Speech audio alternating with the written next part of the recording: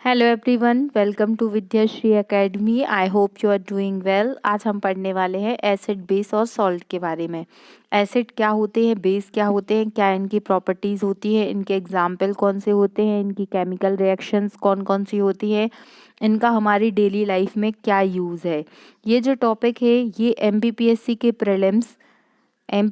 के प्रीलिम्स के साथ साथ मेंस का भी टॉपिक है, तो उसके अंतर्गत भी आपको पढ़ना है। और एसएससी और अन्य एग्ज़ाम जिनमें साइंस पूछी जाती है तो एसिड बेस से एक क्वेश्चन ज़रूर पूछा जाता है, तो इसको आप ध्यान से पढ़िए और हम इसे डिटेल में समझेंगे ताकि हमें इसका पूरा कॉन्सेप्ट क्लियर हो जाए।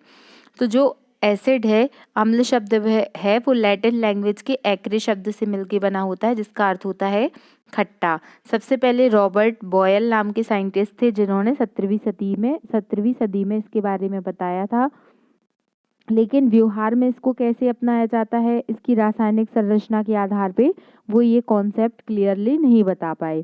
तो उसके बाद उनके इस अधूरे अध्ययन को किसने पूरा किया? आर्हीनियस नामक वैज्ञानिक ने 19वीं सदी में इस अध्ययन को पूरा किया। फिर अब हमें डायरेक्ट यहीं से क्वेश्चन आएगा कि एसिड क्या है, बेस क्या है। तो एसिड क्या होते हैं? अम्ल वे पदार्थ होते हैं जो दूसरे पदार्थों को प्रोटॉन देते हैं। जो प्रोटॉन प्रोवाइड करेंगे दूसरे पदार्थ को वो अम्ल होंगे। दूसरे शब्दों में हम बोल सकते हैं कि अम्ल वह पदार्थ है जो जलीय विलयन में हाइड्रोजन प्लस आयन देते हैं। उदाहरण के लिए फॉर एग्जाम्पल HCl है। HCl का जब विघटन होगा तो ये कैसे कन्वर्ट होगा? H प्लस और Cl माइनस में। तो जो H प्लस है ये क्या है? एक्वस है, मीन्स जो है एसिड है। इसको याद रखिएगा एग्जाम्पल में। फिर जो H प्लस आयन है मतलब अम्लों के कौन कौन से उदाहरण हैं? तो बहुत सारे अम्लों के उदाहरण मिल जाएंगे, जैसे हाइड्रोक्लोरिक अम्ल। हाइड्रोक्लोरिक अम्ल जो HCl होता है वो बॉडी में कहाँ पर होता है? तो वो आमाशय रस में होता है। फिर शीतल पेय जो होते हैं, जो पीने वाले शैम्पियन या फिर अन्य प्रकार के पदार्थ होते हैं, तो उनमें क्या होता है? उनमें कार्बोनिक एसिड होता है।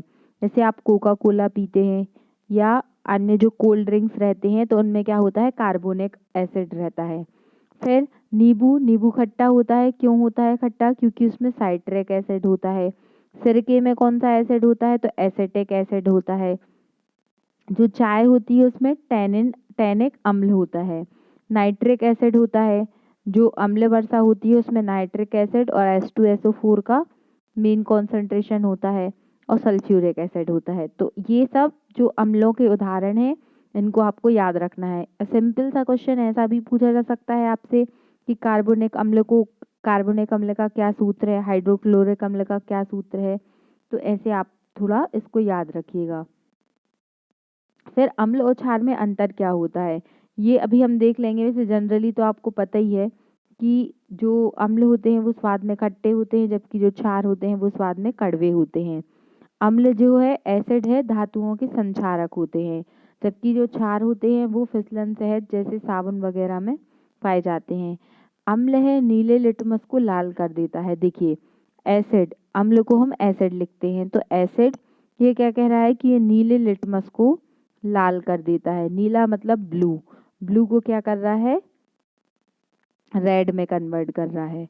तो आप ऐसे बार याद कर लीजिए कि जो बार होता है, जैसे बार में जो शराब होती है तो आप ऐसे कुछ याद कर लीजिए कि जो वो है शराब है वो एज अ एसिड है। तो ये क्या है? बी से बेस है, बी से ब्लू है और रेड है, और ब्लू टू रेड लिटमस को कन्वर्ट कौन कर रहा है? एसिड कर रहा है। फिर क्षार में देखते हैं कि ये उल्टा हो जाएगा, ये लाल लिटमस को नीला कर देगा। ओके, तो ये क्या करेगा? रेड को ब्लू में कन्वर्ट कर देगा। तो RBB ऐसे याद कर लीजिए आप। ओके, फिर अम्लों के प्रकार कौन कौन से हैं? टाइप ऑफ एसिड कौन कौन से हैं? तो हाइड्रोजेनिक अम्ल कौन से होंगे? जिन अम्लों में हाइड्रोजन परमाणु उपस्थित व ऑक्सीजन परमाणु अनुपस्थित होगा। मीन्स इनमें हाइड्रोजन तो होगा लेकिन ऑक्सीजन नहीं होगा। जैसे HCl क्या है? हाइड्रोक्लोरिक एसिड है। हाइड्रो रासायनिक अम्ल है HCN। हाइड्रोब्रोमाइड है मतलब हाइड्रोब्रोमिक अम्ल है। तो इनमें क्या है? इनमें ऑक्सीजन नहीं पाया जाता है। फिर जो ऑक्सी अम्ल होंगे वो इसके विपरीत होगा, मतलब इनमें हाइड्रोजन नहीं होगा, इन अम्लों में ऑक्सीजन व हाइड्रोजन दोनों ही परमाणु होंगे। जैसे कार्बोनिक अम्ल है H2CO3 है, नाइट्रिक अम्ल है HNO3 है, या H2SO4 सल्फ्यूरिक एसिड है। तो आप याद रखिए, दो प्रकार के अम्ल पढ़े हमने, एक हाइड्रोक्सी अम्ल पढ़ा और दूसरा ऑक्सी अम्ल पढ़ा। जो हाइड्रोक्सी अम्ल है, हाइड्रोजनी अम्ल है, उसमें क्या होगा, O2 एब्सेंट होगा, जबकि जो ऑक्सी अम्ल है उसमें हाइड्रोजन और ऑक्सीजन दोनों प्रेजेंट होंगे। फिर प्रॉपर्टीज क्या क्या होती हैं एसिड की, अम्लों के क्या क्या गुण होते हैं। सबसे पहले तो वो स्वाद में खट्टे होते हैं, तो जैसे नींबू हो गया, संतरा हो गया, सिरका हो गया, ये सब अम्ल के एग्जाम्पल हैं। और ये धातुओं के साथ रिएक्शन करने पर हाइड्रोजन गैस निकलती है। मिथाइल ऑरेंज व नीले लिटमस को लाल कर देते हैं, तो ये तो हम देख चुके हैं।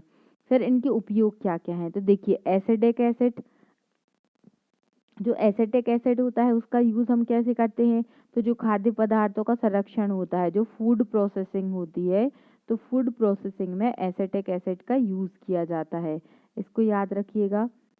इसके अलावा जैसे नींबू में साइट्रिक एसिड है, सिरके में एथेनोइक एसिड है, इमली में टार्ट्रिक एसिड है। फिर जो सिट्रिक एसिड होता है इसका उपयोग भी दवाई के रूप में भी किया जाता है और खाद्य पदार्थों को संरक्षित करने में किया जाता है। जो फॉर्मिक एसिड होता है तो ये फलों के संरक्षण में यूज़ होता है, रबर के स्कंदन में यूज़ होता है। हाइड्रोक्लोरिक एसिड जो होता है HCl, ये सभी एसिड दवाइयों के रूप में, जो कॉस्मेटिक्स बनते हैं उसमें, एक्वारेजिया के निर्माण में बनाया जाता है, इनका यूज़ किया जाता है। फिर नाइट्रिक अम्ल जो होता है तो ये भी एक्वारेजिया के निर्माण में यूज़ होता है, और जो रंजक मतलब जो डाई बनाए जाते हैं उसमें यूज़ होता है।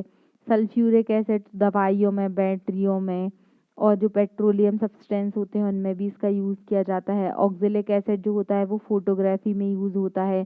तो ये प्रीलिम्स में छोटे छोटे पॉइंट्स ही आ जाएंगे आपको कि जो बैटरी में है तो बैटरी में संचायक के रूप में क्या यूज़ किया जाता है, H2SO4 दे देगा, हाइड्रोक्लोरिक एसिड दे देगा। तो ऐसे आपको याद रखना है कि कौन सा एसिड कहाँ पर यूज़ होता है।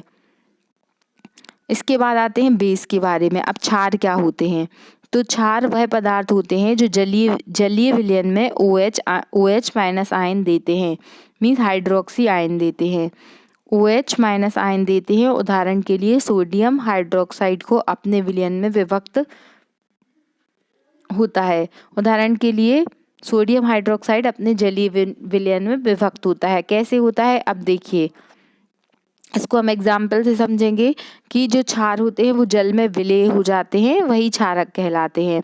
इसके एग्जाम्पल जैसे NaOH है, सोडियम हाइड्रोक्साइड, तो ये क्या होगा, इसका जब रिएक्शन होगा तो ये Na+ और OH- में कन्वर्ट हो जाएगा।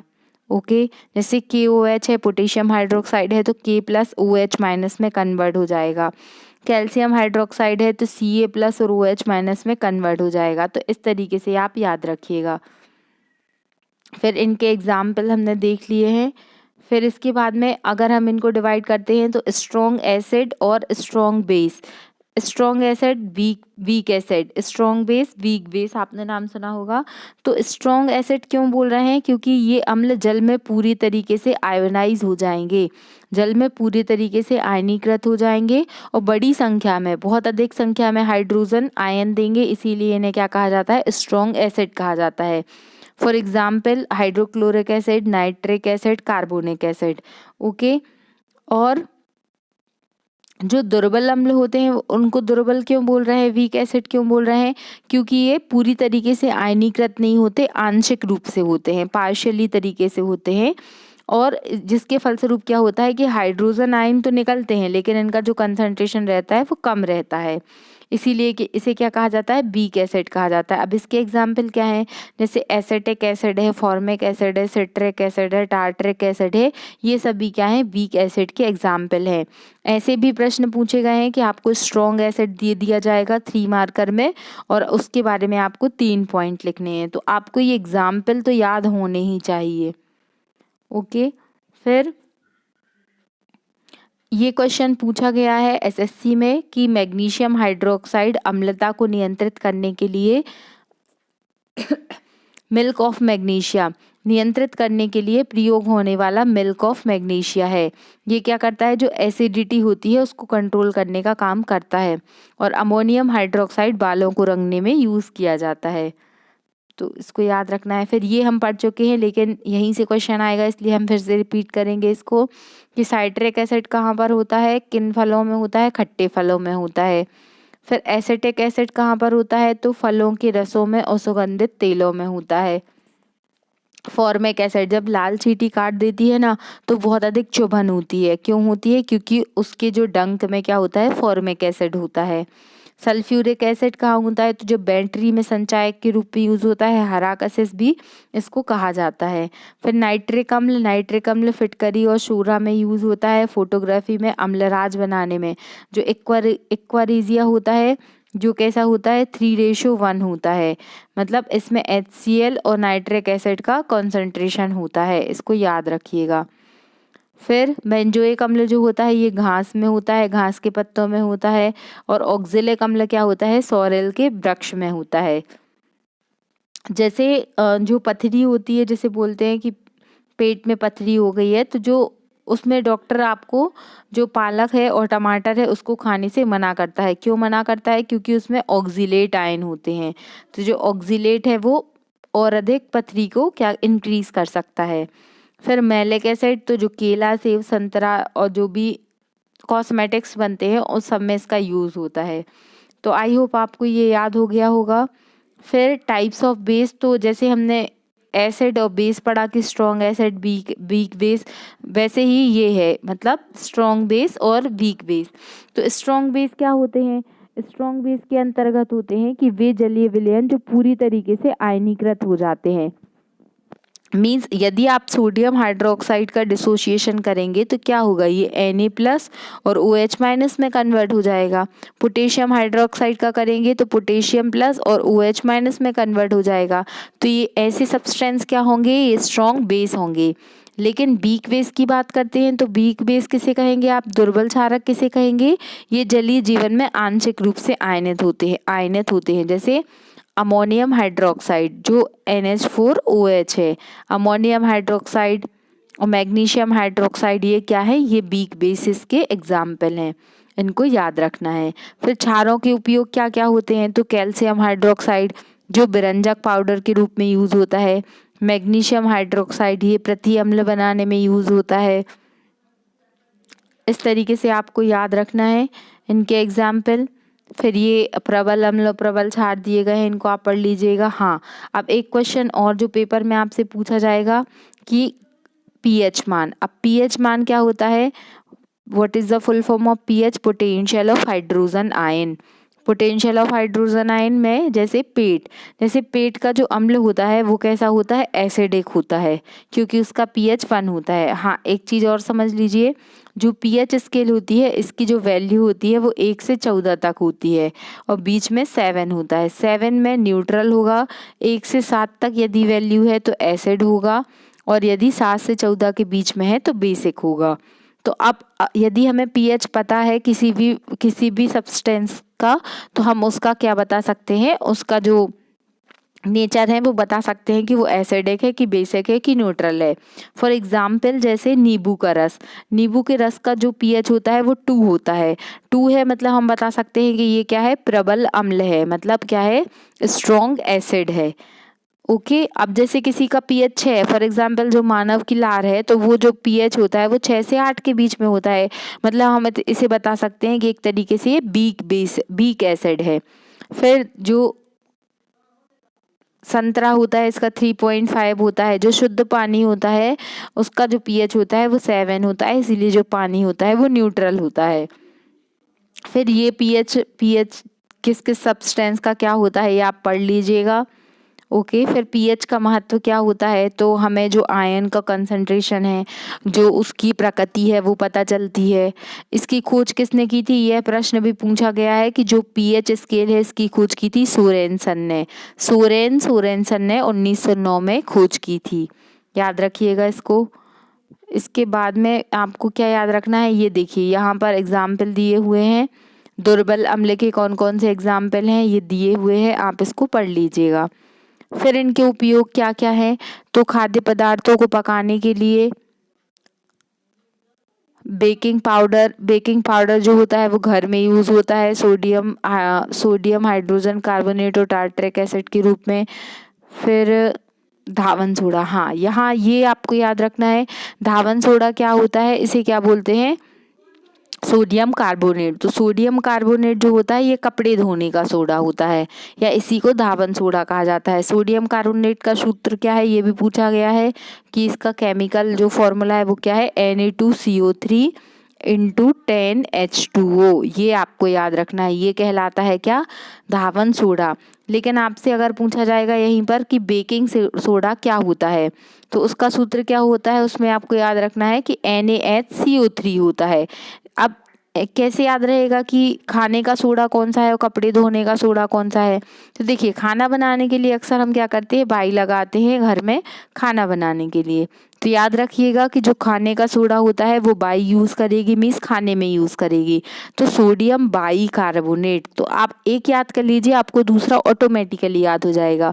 सोडियम बाई कार्बोनेट खाने का सोडा होता है, जबकि सोडियम कार्बोनेट क्या होता है, ये धावन सोडा या कपड़े धोने का सोडा होता है। जो जो धोने वाला सोडा रहता है जब उसको बनाया जाता है तो वो कहलाती है सॉल्वे प्रोसेस। ओके। फिर ब्लीचिंग पाउडर क्या होता है, तो जो कपड़ों से विरंजक कपड़े से रंग निकालकर उसमें सफ़ेद बनाने की प्रक्रिया, मीन्स अगर कुछ गंदगी है तो उसको निकालने के लिए ब्लीचिंग पाउडर का यूज़ करेंगे। ये होता है कैल्शियम ऑक्सीक्लोराइड CaOCl2, याद रखिएगा। फिर प्लास्टर ऑफ पेरिस क्या होता है, POP। तो इसमें भी आपको याद रखना है कि जो प्लास्टर ऑफ पेरिस होता है उसका यूज़ होता है वो प्लास्टिक, मतलब जो चिकित्सा है, जैसे कुछ हाथ पैर टूट जाता है तो वही प्लास्टर ऑफ पेरिस का जो प्लास्टर बनता है। तो याद रखना है आपको प्लास्टर ऑफ पेरिस का केमिकल फॉर्मूला क्या है, ये आपको कमेंट बॉक्स में लिखकर बताना है। ओके। फिर इसके अतिरिक्त यहाँ पर देखिए ये pH स्केल बताया गया है कि हाइड्रोजन आयन की सांद्रता में यहाँ पर क्या हो रही है, वृद्धि होती जा रही है, और यहाँ पर क्या हो रही है, हाइड्रोजन आयन की सांद्रता में कमी हो रही है। इसलिए ये क्या है, बेस है, यहाँ पर बढ़ती हुई क्षारक प्रकृति, और ये क्या है, बढ़ती हुई अम्लीय प्रकृति। इसको याद रखिएगा। फिर ये बताया गया है कि यदि 0 से लेके 3.5 तक pH है तो स्ट्रॉन्ग एसिड होगा, 3.5 से 7 तक है तो वीक एसिड होगा, फिर 7 में न्यूट्रल होगा, फिर 7 से 10.5 तक है तो वीक बेस होगा, और 10.5 से 14 तक है तो क्या होगा, स्ट्रॉन्ग बेस होगा। ये याद रखना है आपको। फिर ये कुछ फैक्ट दिए गए हैं, आप इनको पढ़ लीजिएगा। फिर pH के दैनिक जीवन में क्या उपयोग है, तो मनुष्य और पशुओं में जो जैविक रासायनिक क्रिया है उसमें बहुत महत्वपूर्ण होता है। फिर एसिडिक वर्षा, अम्लीय वर्षा क्या होती है, जो पानी गिरता है बरसात में, तो जब वर्षा के पानी का जो pH होता है वो 5.6 से कम हो जाता है तो उसे क्या कहा जाता है, अम्लीय वर्षा कहा जाता है। और ये क्यों होती है, तो ये जो मेन इसकी जो दो सब्सटेंस है, H2SO4 सल्फ्यूरिक एसिड, और दूसरा है HNO3, जब ये वाटर के साथ रिएक्ट करते हैं तो क्या बनाते हैं, अम्लीय वर्षा कराते हैं, जो बहुत ही खतरनाक होती है, जिसके कारण क्या होता है, जो पॉलिश होता है वो डिकलराइज हो जाता है। जैसे आपने सुना होगा कि संगमरमर जो है वो सफ़ेद से कैसा है, पीला धब्बेदार हो गया है, तो वो एसिडिक रेन के कारण हुआ है। फिर पाचन तंत्र में जैसे महत्वपूर्ण भूमिका है हाइड्रोक्लोरिक एसिड की। इस तरीके से आपको याद रखना है कि क्या क्या इनका दैनिक जीवन में यूज़ होता है। जैसे जो दांत होते हैं, तो जो दांतों का सबसे कठोर पार्ट होता है जिसे हम बोलते हैं एनामिल, वो कैल्शियम फॉस्फेट से मिलके बना होता है। फिर व्यावहारिक उपयोग कौन कौन से ऐसे हम देख चुके हैं, और ये भी हमने याद कर लिया है कि कौन सा एसिड कहाँ पर यूज़ होता है। ओके। तो आई होप आपको ये लेक्चर समझ में आ गया होगा। यदि एसिड बेस से रिलेटेड कोई भी क्वेश्चन पूछा जाता है तो अगर आपने इतना पढ़ लिया है तो अब आपसे वो क्वेश्चन ज़रूर बन जाएगा। Thank you so much. अगर आपको वीडियो अच्छा लगता है तो लाइक कीजिए, शेयर कीजिए, सब्सक्राइब कीजिए, और अपने दोस्तों तक अधिक से अधिक मात्रा में शेयर करें। Okay, thank you so much. जय हिंद, जय भारत।